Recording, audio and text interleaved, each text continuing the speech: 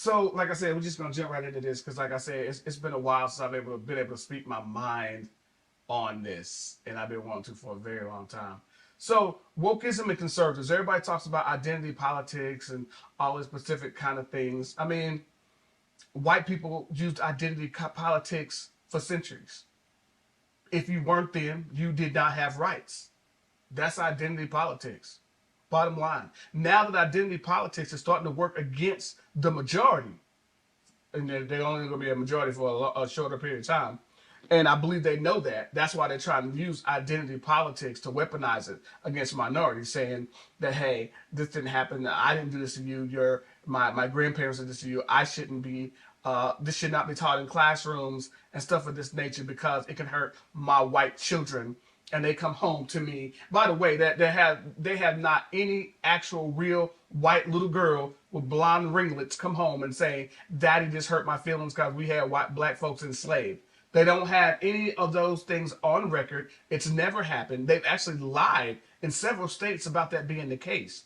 And use this to try to push their agenda to whitewash their own history and wring their hands free of the slavery, Jim Crow, redlining, police brutality, and everything else that they've done to African Americans in this country and the Native Americans. But let's go down the top 10 list or top 5 list, and I'm sure there's more, of what conservatives consider to be woke. LGBTQ is woke. Being too politically correct is woke. Identity politics, woke. Once again, identity politics is only woke because the right won't take accountability for their part in identity politics for centuries. No family values. Yeah, no family values. That's also woke. Black kids, according to Bill Maher, wanting to have safe spaces in their own colleges is considered woke. Now, when you go over this, it's insulting to the word woke and what it was supposed to mean. Woke was a word in the 50s and the 60s that was used like you better stay woke. That means understand your enemy as an African American. That means understand what your enemies are trying to do. You know, understand there's still racism here. People trying to hold you down. That's what woke means. That means to stay alert. Understand what they're trying to do and go around these traps and don't go into these traps. That's what woke was all about. Awakening. Wake up. Look around your surroundings. Look how they're trying to screw you. Look how they're trying to fuck you. I mean, in every single way in this industrial complex, they have tried to and have successfully tried to screw black people. Prison industrial complex, hospital complex, schooling, education or lack thereof, banking systems. All these things were made to screw African Americans. Police. They would really have you believe, a lot of these white people have you believe that the high crime rates and high black people in jails because we do more crime. But the statistics they don't tell you is that you can have 10 black guys do the same crime as 10 white boys. The 10 white boys will get probation, and the 10 brothers will go to prison for 10 years. So their whole thing is askew. Oh, well, you do more crime, so that's why you go more to prison. No, that is not true. Actually, you do more crime because there's more of you. Well, per capita of the people that you have, y'all do more crime. Well, actually, that's still not wrong. That's still wrong. Because when your people go and do a crime, you're more likely, 99% more likely, to get off with a slap on the wrist because it's a boy or a woman committing the crime or get probation. Whereas in a black person, no matter how good his grades are, how good he is in school, first strike or not, whatever, they're going to try to levy 5 to 10 years. They want jail time. Same thing just spills out into the street about the opioid crisis. No one cared about black folks on crack, ever. When we were on crack, you wanted to be on crack. You're little devious demons, and you were fucking around with drugs, and you got hooked. That is your fault.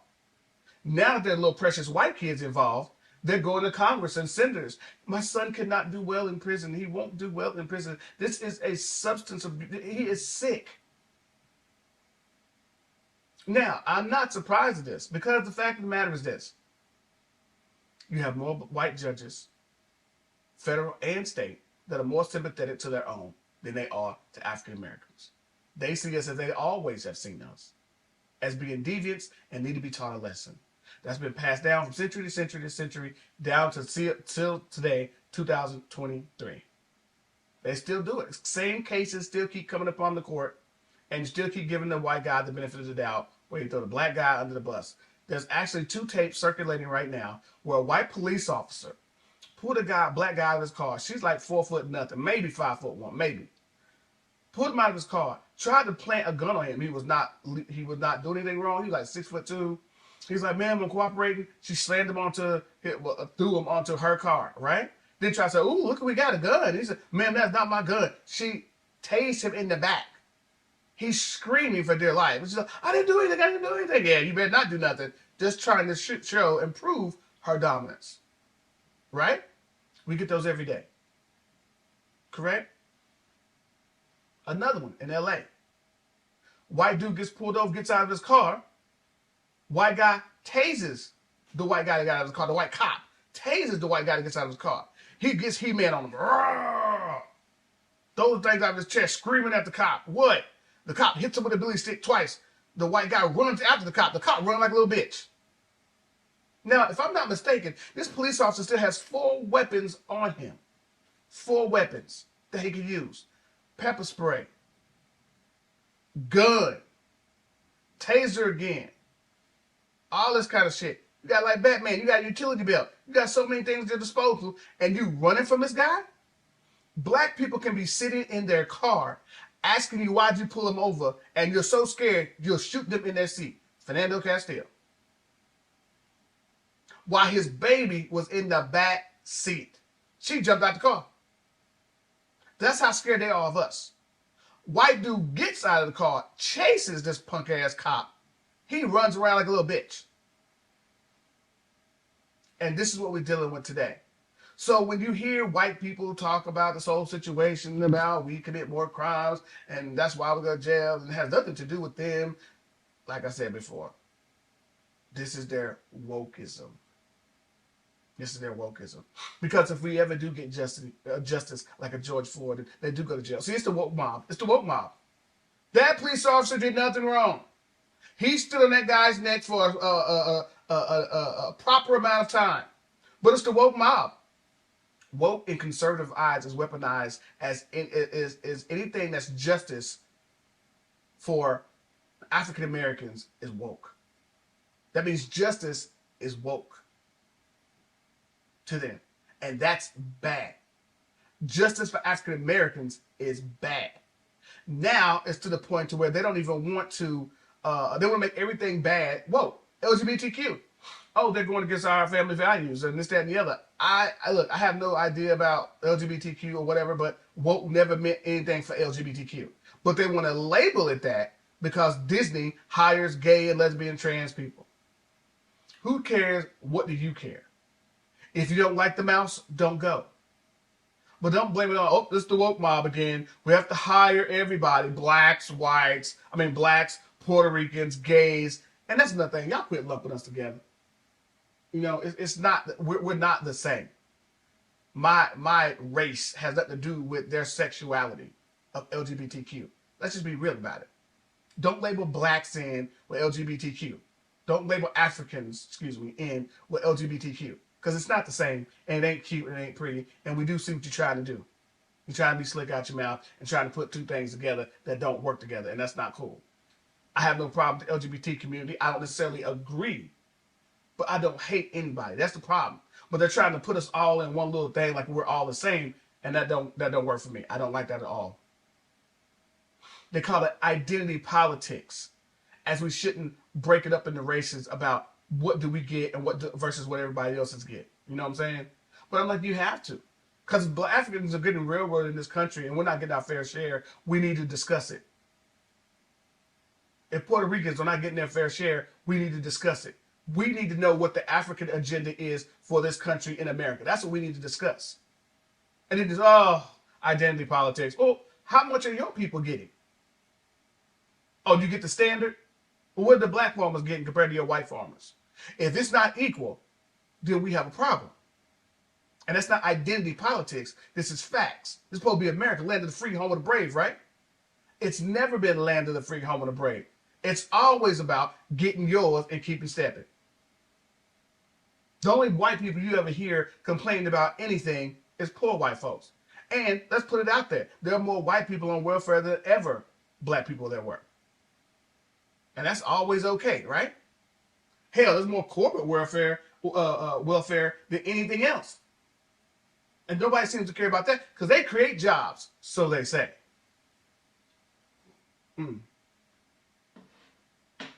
No family values. That's another thing. They've been talking about Disney and all these places, and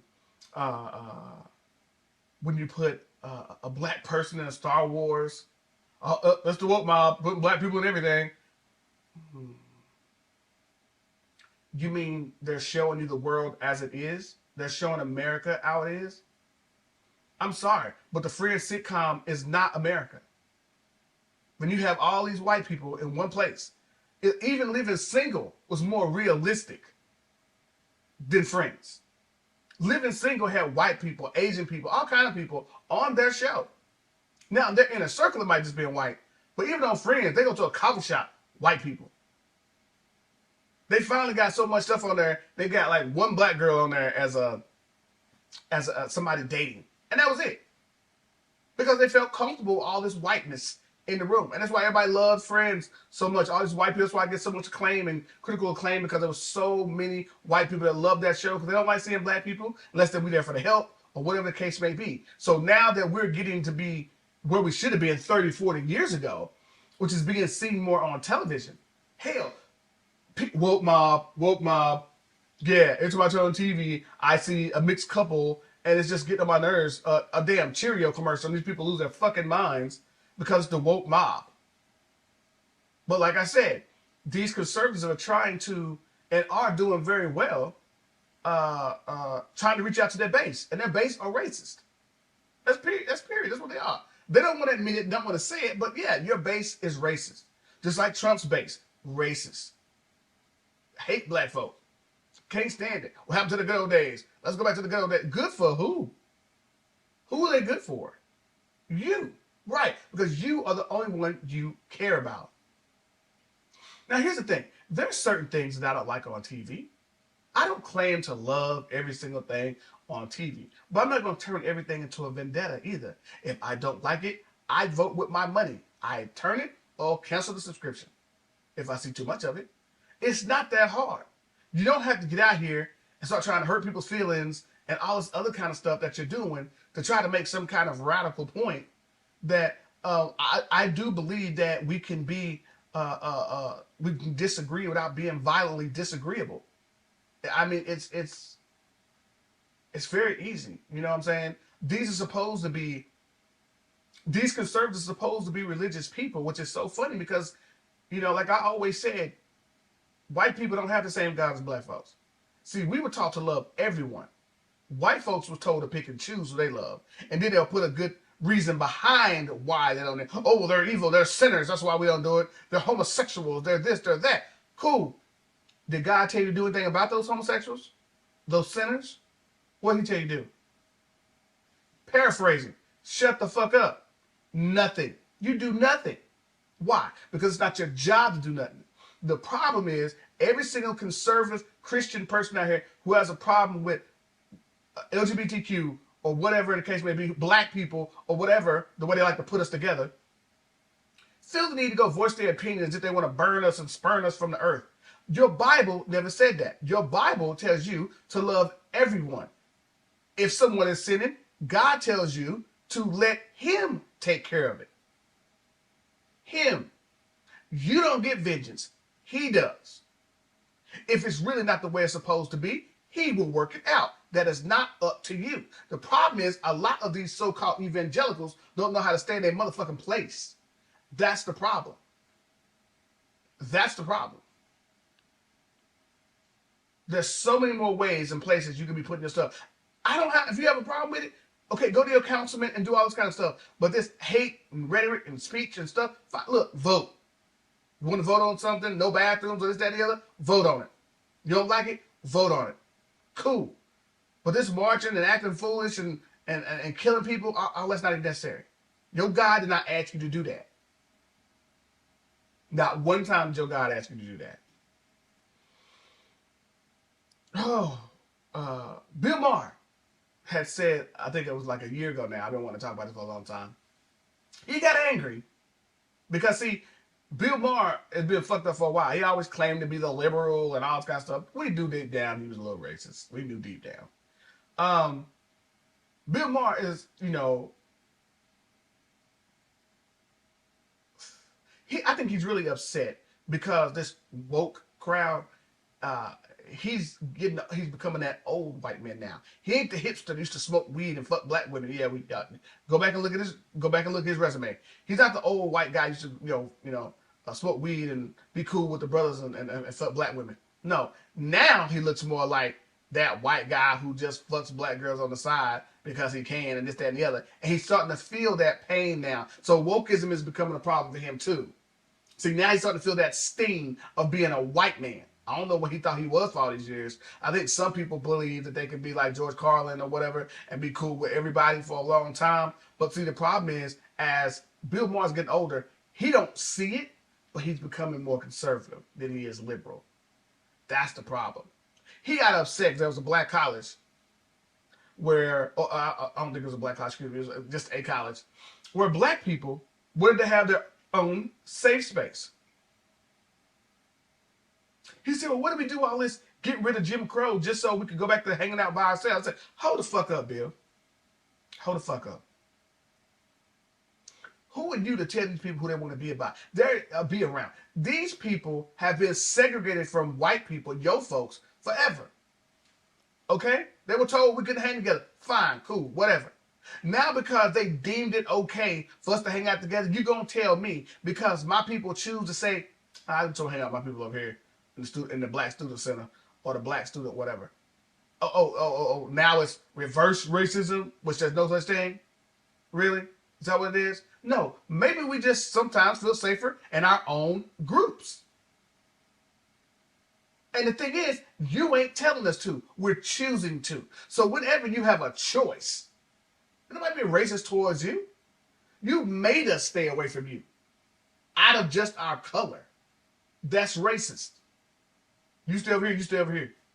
Or you don't go to prison. Don't you got this water fountain? How many racist laws have been made towards white people? I bet you if a white person drank out of a black water fountain, they wasn't going to go to prison or jail. But if I drink out of that, I'd go to jail. I bet you if a white person decided to sit in the back of the bus, if they wanted to, they wouldn't go to jail. But if I sat in the front, I would have. Identity politics. Y'all made the laws about identity. And then you're going to sit up here and talk about identity politics 40, 50 years later. And now you want to erase it out of the books altogether. But this is the conservative mind frame. This is that sick shit about wokeism that they don't get. And it's not going to work. It'll work with your base. It will. It'll work with your base. Because deep down, they all believe the same thing. We're going too fast. We need to slow down. They were saying we was going too fast back in the 40s and the 50s. And then I got asshole classmates of mine. And I graduated in 95. I had asshole classmates of mine. What do you do this show for, Lee? I mean, you don't go through the same thing, blah, blah, blah. I said, hold the fuck up. You don't know my life. I might look good. I might dress well. But you don't know my life and what I see out here in these streets. Just because I'm not, like, on the street all the time. See, that's another racist trope right there. Another racial trope. If I ain't a gangbanger and getting my ass whooped every day by the cops, I can't comment it, according to white people. Because I'm not living that life. According to white people. What they don't know is that cops come for the nice dressed people driving the nice car that are black first. Oh, yeah. They come for you first. Because they want to know how you getting this shit. How you doing this shit. Well, you're doing well. I mean, I don't know what you're complaining about. I do well in spite of racism, motherfucker. Not because of it. Don't claim to fucking know my life. But I know yours. I have to work 2 jobs. I don't give a fuck if you work 3. The reason why you're able to get those motherfucking 3 jobs is because of my ancestors and what they did to pave the way for your white ass. Facts. Acknowledge your privilege, bitch. Seriously. How you gonna... Oh, no. You can't be the fucking victim and the hero at the same time. White folk want to be the hero and the victim at the same damn time. Oh, you can't out-victim me. I'm still the victim here. How the fuck are you the victim? Because one out of every 70 of y'all have it hard?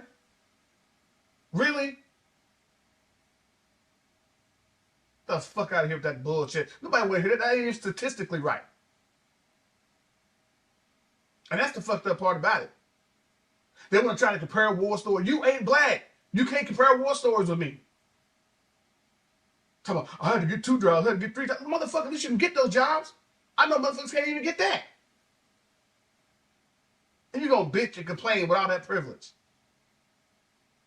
How many times you heard about a cop busting a cap in your ass? Are you nervous when you get pulled over by a police officer? Is your heart in your throat thinking you're going to be another Trayvon Martin when you're walking down the street? No, shut the fuck up. You don't have to think about that. My friend Chris told me, I was talking about something on my page one time, and he said, yeah, I ain't gonna lie, I'm glad my children ain't black because they don't have to worry about that. And I respected that. I knew he wasn't being a smart ass. I respected that because he was being honest. He knows the trials and tribulations that come with that. Sad, but true. It hurt to hear it, but I understood it because it was facts. Now, moving on from this bullshit, we're going to go on another touchy subject. Israel and the Palestinians. Okay, here, y'all. I'm gonna just wrap this up in a bow for y'all. Okay? Hamas, terrorists. We already know that, right? Hamas is not Palestine. Hamas is a small group in Palestine of people who chose to bomb Israel. Right? Israel, who is friends with Europe and America, supported by all these guys, who actually not only bombed Palestine, they're not doing hand-to-hand combat, or they weren't doing hand-to-hand combat, trying to go get the Hamas terrorists. Oh no, they were just dropping bombs, killing innocent people, collateral damage, children, hospitals, everything. Well, we think they're buried down underneath the hospitals and stuff. What the fuck does that got to do with anything? You dig your ass down there and go get them. You gonna kill innocent people? And then when Americans are saying, hey, ceasefire, please help the innocent people over here and stop trying to do this. No, we're not ceasefiring. This is America. No, we're not ceasefiring. This is bullshit. We ain't ceasefiring. We can't let them go and all that shit because they're not your kids. So you don't care. You don't care. Everybody knows Netanyahu has been running Israel like a police state forever. How do you know, Lee? They said, because we've had black journalists and people that were living in Israel who said how they run it. When you're a Palestine living in Israel, you have no rights. And they treat you just like white police officers treat black people in this country, except worse, from what I understand. And it's a police state. America is behind it 100%. Oh, well, we can't comment on, how they run their state. If they choose to, do this, you can do something. If there's an African country that don't agree with LGBT rights, you seeing your vice president over there to talk to them, try to talk some sense into them because they don't believe in LGBT rights. And they done told y'all, keep this little heifer out our country. She is not going to dictate to you how we do our country. But yet we tell y'all with our tax dollars to stop the freaking ceasefire because you're killing innocent children. You're going to tell us with our own money, well, we can't do that. As a matter of fact, you giving more troops, more money and everything to Israel to fight the Palestinians. Where's the money at here? We're in a recession. We need the money. You're up in Ukraine giving them packages of billions of dollars. Here's another aid package of $2.5 billion, $2.36 billion. Where's our money? Where's our black reparations? Where's our money? Why ain't you solving America? I thought America was first. Why ain't you solving our shit? No, you up here fighting two wars on the home front, and you don't care if the black and brown people are getting killed, as long as your people that live in Israel are okay. There are no sides to be taken in this particular situation. The fact is, Israel is killing, murdering Palestinians on a high level for no reason. You won, you got them. Now go in on the ground troops and get the terrorists and get out of there. Nobody's saying you can't get some get back because they bombed y'all. Nobody's saying you can't do that. But go get the people. Don't go kill innocent people. That's all anybody is saying. This is not even an argument. And now it's going to the college level. It's going on in colleges. You got people getting put up on charges. You got presidents of colleges like MIT, Harvard, getting brought to Congress, being grilled on why they're not doing this, because you got so many people on Israel's side and they don't even know the whole facts. In America, if you're not pro-Israeli, you are the enemy. And I'm like, y'all are full of shit. I thought this was the land of the free. I thought we were supposed to have opinions here.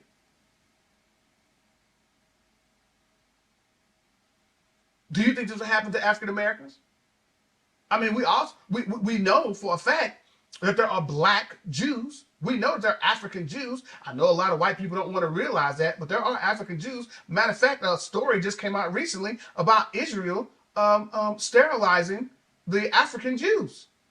But this is just one of the stories playing right now about what Israel's been doing to the darker versions of themselves. Because a lot of people think that the Jews are, got everything locked down. That white face you see as a Jew, that's the only Jew. And they make you feel that way. They make you think that. The only way to go through there is by us. No. We were the original Jews. There were no white people in the Bible. There were no white people in those scrolls. So whatever those Jews are doing in Israel right now that are in power aren't from that particular place. You might have been put there by America, but that's not originally where you were supposed to be. But like I said, I take no sides. But I do know the truth. And the truth is, Israel keeps going above and beyond, and America and Europe does anything to stop them. Nothing to stop them. And now, after all the bombing and all the killing of the kids and all the killing of these kids over there in Palestine, you got Biden now saying, well, the mood is changing in America. People are starting not to like what's going on in Israel, taking advantage. I'm like, we told you this, fool. How long ago? We told you this already. And you still sending money and aid that could be helping us over here right now.